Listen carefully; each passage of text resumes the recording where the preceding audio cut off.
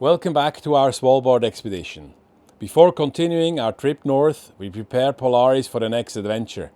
In this episode, we encounter our first walrus, a polar bear, whales, and we visit the Russian settlement of Barentsburg.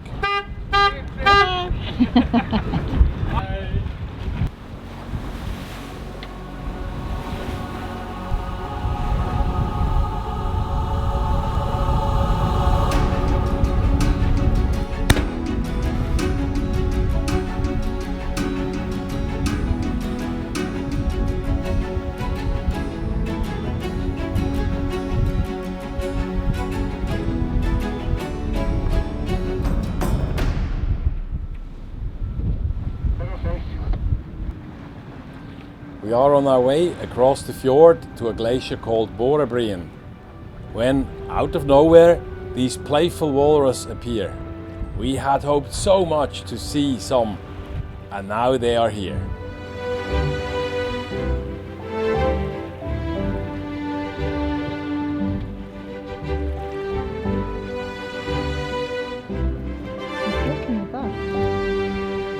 Walrus are very abundant in Svalbard, but normally we would expect to see them hauled out on the shore rather than in deep water.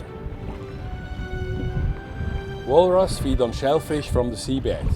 I always believed that walrus use their tusk to dig for clams, but how wrong I was. To find their food, they use their whiskers and strong suction. But their distinctive tusks, worn by males and females, are not just decorative. They are used like ice picks when hauling out on ice, to prop their heads when resting ashore, and for combat, defense and displaying social status. Needless to say that size matters here too.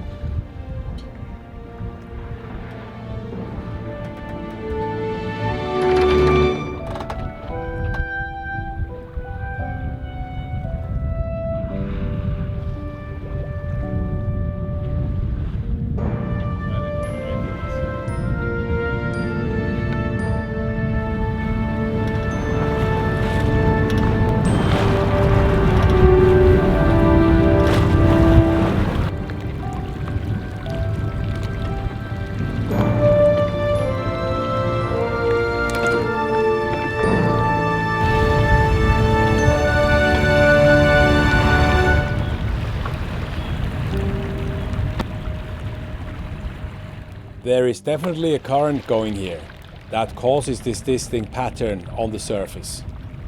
The closer we get to the glacier, the denser the floating ice and the siltier the water. And before we enter unsurveyed territory on the chart, it's time to turn back. On a little detour to neighboring Ny-Ålesund, we discover this grunting and snoring walrus haul-out, totally unimpressed about our presence.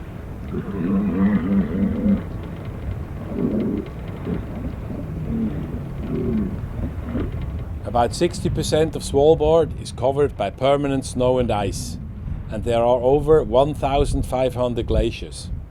Some of them reach the sea, and when they calve, they fill the fjords with uncountable larger and smaller pieces of ice, the source of all the bergs and growlers around here. It is cold. We all feel cold, and it's quite humid. It's about 90% relative humidity, so that I think adds to it, and it's about 6 or 7 degrees warm. So, it's a cold day. We sailed from Longyearbyen across East Fjorden and visited a glacier, and we saw some walruses, which was quite amazing. And now we're back across East Fjorden, and we're just about to come into Barentsburg, which is a Russian settlement. So we're very interested how that's going to look like and how that's going to be. This is more than just a settlement. This is a Russian colony on Norwegian soil. We are curious. We want to see it ourselves. What does life look like here? As we sail into Grønfjorden, the first thing we notice is the smoke. Thick, black, unmistakable. It rises from the chimney of the coal-fired power station. Soviet era, utilitarian, the beating heart that keeps this remote outpost alive. Arriving in Barentsburg feels uneasy. The harbour looks grey and quiet. The coal mounds outside the mine are black, and above the harbour in the town, Lenin stands on the hillside, gazing out into the fjord. It doesn't feel like arriving somewhere new. It feels like arriving somewhere else. I am suddenly reminded of a school trip to East Berlin or traveling to Bucharest for an international rugby tournament in the 1980s. That same heavy, watchful atmosphere. We feel uneasy to pull out our cameras. Our first contact is Vitaly, the young harbour master. He's friendly, enthusiastic and helpful. He tells us that he's from Ukraine, Donetsk. That detail lingers longer than it should. Around 400 people live here permanently, including some 40 children. They come from Russia, Ukraine, Tajikistan and Kazakhstan. They are joined by a few seasonal staff like Vitaly or a tourist guide lady from St. Petersburg who proudly shows us and a handful of Chinese tourists the marvels of the town. This is our mining office.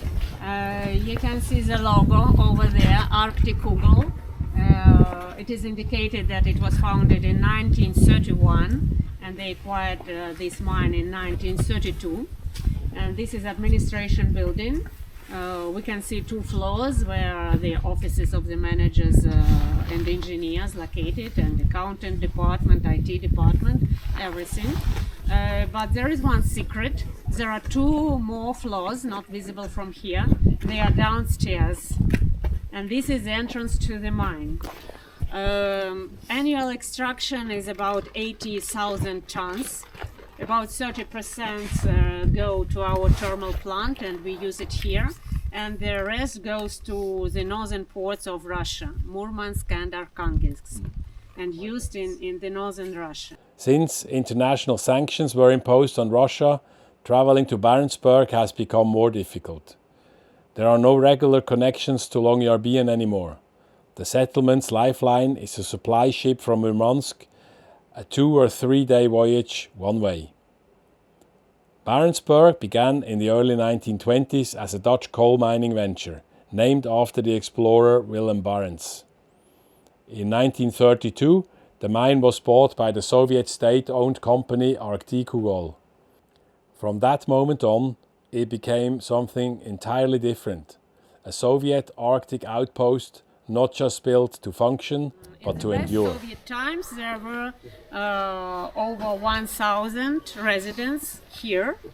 And now, as you know, it's not allowed to be born here and to die here, as there are no facilities.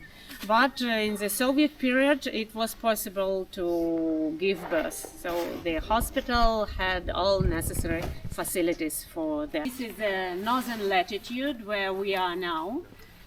But not only the latitude, this is the name of the cocktail which they serve here in this bar and also inside the hotel in the bar named Krasin.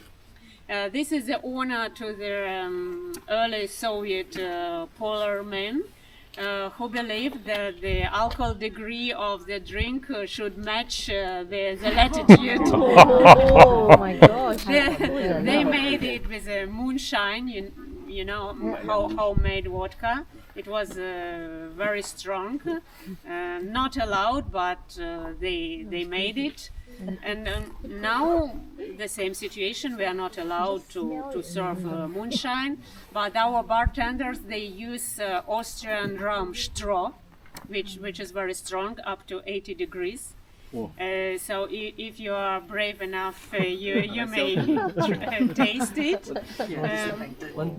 The locals call this cocktail "See You Tomorrow." Everything here belongs to Arktikugol. The mine, the apartment blocks, the school, the tiny grocery stores that sells Russian products, and the canteen, the hotel, the brewery pub, the culture hall with 300 seats, and the sports complex with its Olympic-sized swimming pool. Barentsburg doesn't just run on Arktikugol, it is Arktikugol. And watching over it all is what the locals call the citadel. the fenced Russian consulate on the hill, a permanent staff of 8, a listening post, a message in concrete and wire. This is I Russia. recommend you to send a postcard. It will arrive, I don't know when, maybe a couple of months later. But anyway, it will be. In its heydays, more than 1,000 people lived here, working coal seams deep in the mountain. Today, coal defines the town, but not because it makes money. It doesn't. Reserves are limited, production is low. Coal is mined because it keeps the town alive, heats the buildings, and because it is the only justification for Russia's continued presence here. Those two big buildings. As we walk through town, the Soviet feeling is unmistakable. A small Russian Orthodox chapel quietly anchors cultural identity. Religion isn't loud or missionary. It simply reinforces that this is Russian space, far from Russia. Most people we meet are warm and welcoming. Curious, open and proud. But the political lines and loyalties are clear, even when unspoken. People live here by choice. They work for a Russian state company in a settlement that exists largely for political reasons. Open support for Russia, and often for Putin, is a part of the deal. At the same time, we feel tension. Not open hostility, but unease.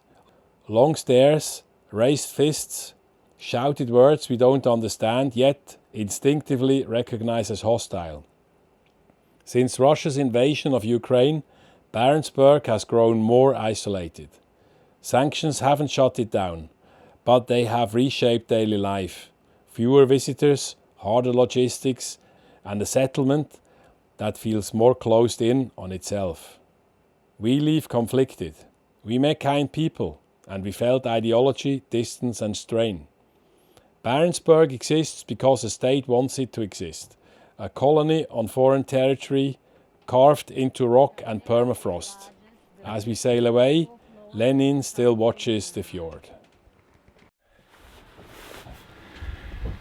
It's Saturday, the 5th of July.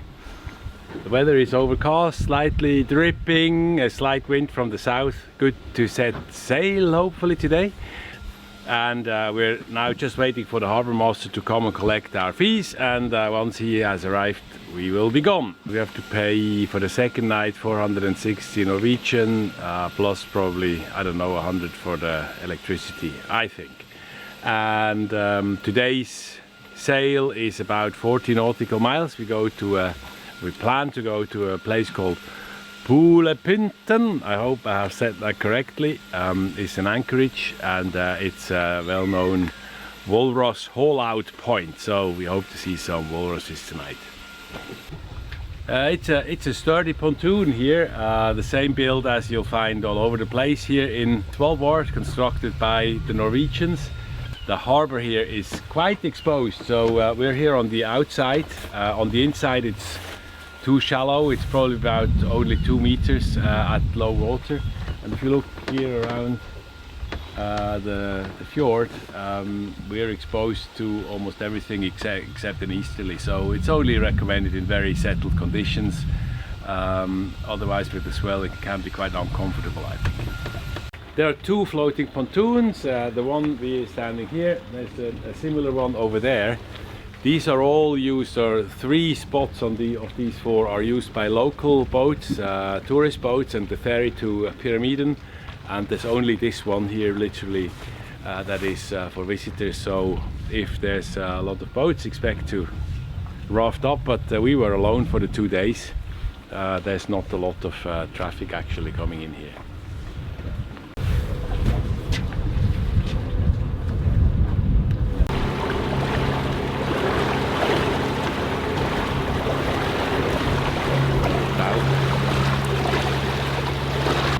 Today's trip is here from Barentsburg.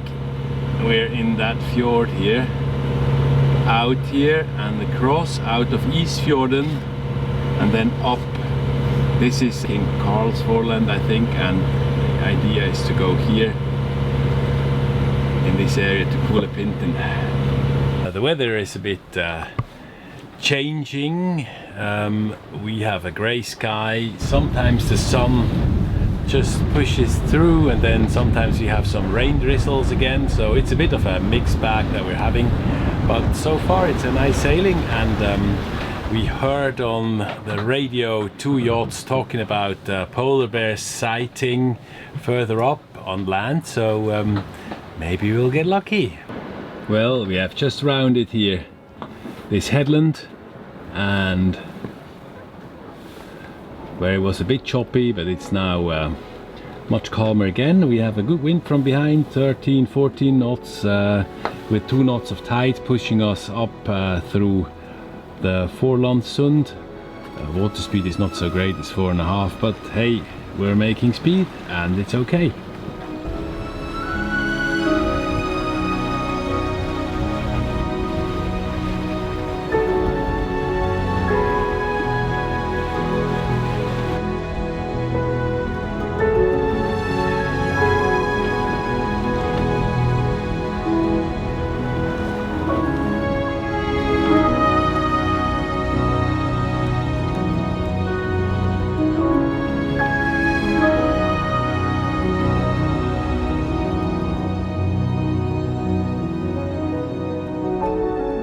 The talk on the VHF was true.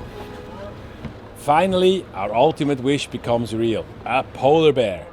Our friends from Arctic Light are already at the scene. And to be honest, without them, we would probably have mistaken it for a rock. It's sleeping ashore. So why are you eating in your cabin? In naughty boy. I know. Well, it's quite simple. My cabin has a very good view of the bear, and we don't want to miss it if in case it gets up and decides to wander off. Outside is 6 degrees, has been all day, so it's cold. After 4 hours of waiting at anchor, this lady finally decides to wake up and to pose for some nice shots. Why I know it's a lady? Because she wears a necklace. Polar bear guys do not get marked. They have 2 massive necks and 2 small heads, not fit to wear collars. And yet again, size matters. After dropping anchor in Poolepynten, we just climb on board Arctic Light for a well-deserved gin and tonic with Linda and Svein Olaf when we get another unexpected visit. And this time, after checking us out, we don't think that the alpha male really likes us.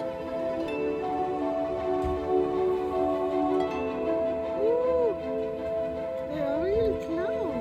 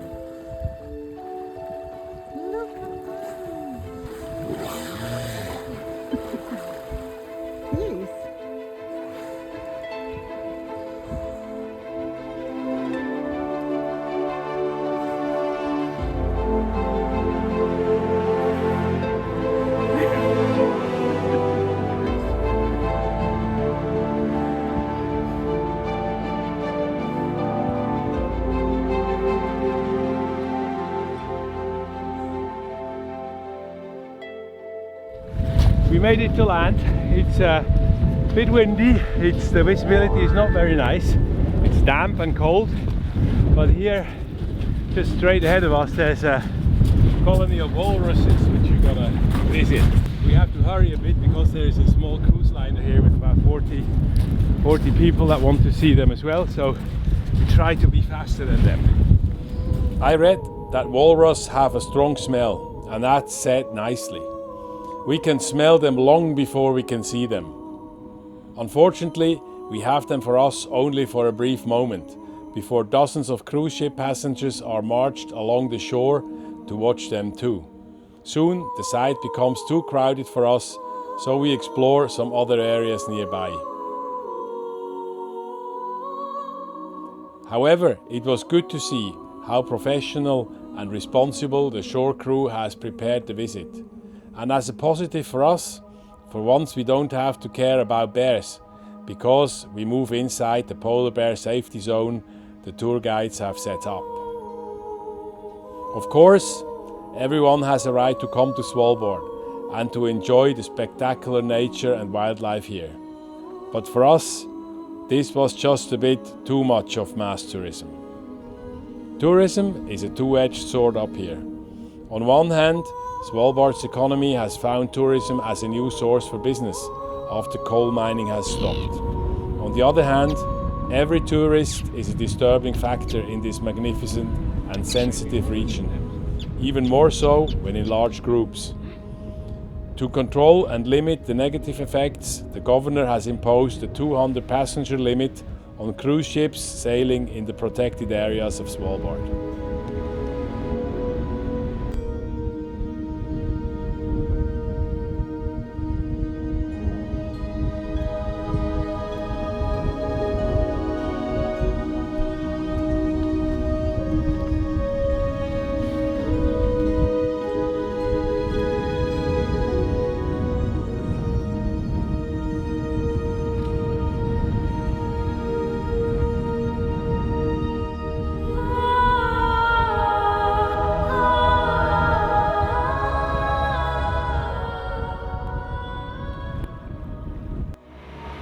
Yeah, so we're on the way from our anchorage in Poolepynten to Ny-Ålesund. The weather is pretty awful. There is fog outside at the moment. We see barely not even half a mile, so it's quite dense. The wind is right from the back with about 15 knots, and in these conditions we just want to run the engine and not on the sail, so it would be a very slow sail as well. And it's about another 40 nautical miles to go today, and we want to have that done as quickly as possible. Slightly ahead of us is our friends on the motor vessel Arctic Light, Svein Olaf and Linda. They are doing the same journey today, so we're buddy boating, and that's for both of us actually quite a good situation in this fall. The only thing we have to take care that we don't run them over because we can't see them. And up in the cockpit we have the second screen from down below that's now mirrored on our iPad, and there's the radar overlay running, whereas here we see our normal navigation chart uncluttered. So that's I think how we like it. We have two displays, and that's I think a good way to go. I'm up here all alone. Oh, yesterday in your cabin and now. Everyone's deserted me. Yes, everything's quite calm. We've got 16 knots of true wind, but it's directly from behind, so our apparent wind is around about 10 knots. Not really enough to put any sort of sails up. So we are just happily motoring. We've got an ETA of 20 to 7 this evening. Okay. We're just following the route that Daniel put in. My job at the moment is just to keep a watch out, keep an eye on the radar. There isn't a huge amount of traffic up here anyway, and most of it does have AIS. Visibility has improved. We're probably seeing now almost 2.5 nautical miles. I think that's Arctic Light out there, just changing course to go through the narrow pass. We will follow suit. We go on this side, we can just about see the mountains here. They are about 2.5 nautical miles away. We're about to alter course to go on this line right now, and we follow Arctic Light behind. Here it's very narrow, it's 2 meters, 1 meter, so we have a pass of about 4 meter depth where we have to go through, and I think I will go to the helm.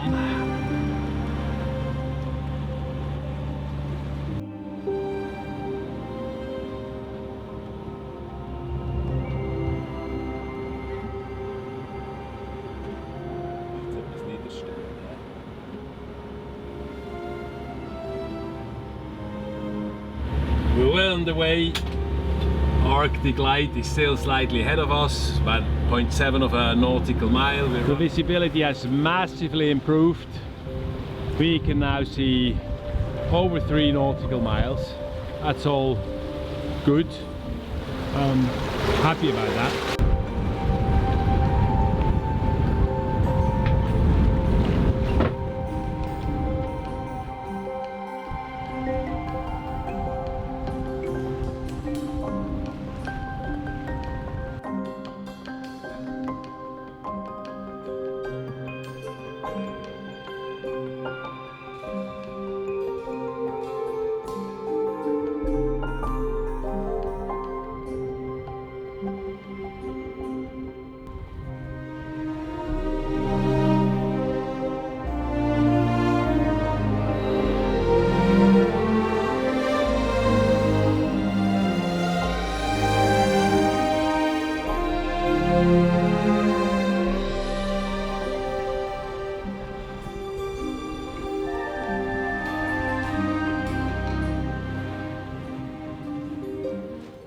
3 days after leaving Longyearbyen, we arrive at the settlement of Ny-Ålesund. This is the northernmost point we hope to reach with Polaris, and also the farthest point to which I felt comfortable venturing so far.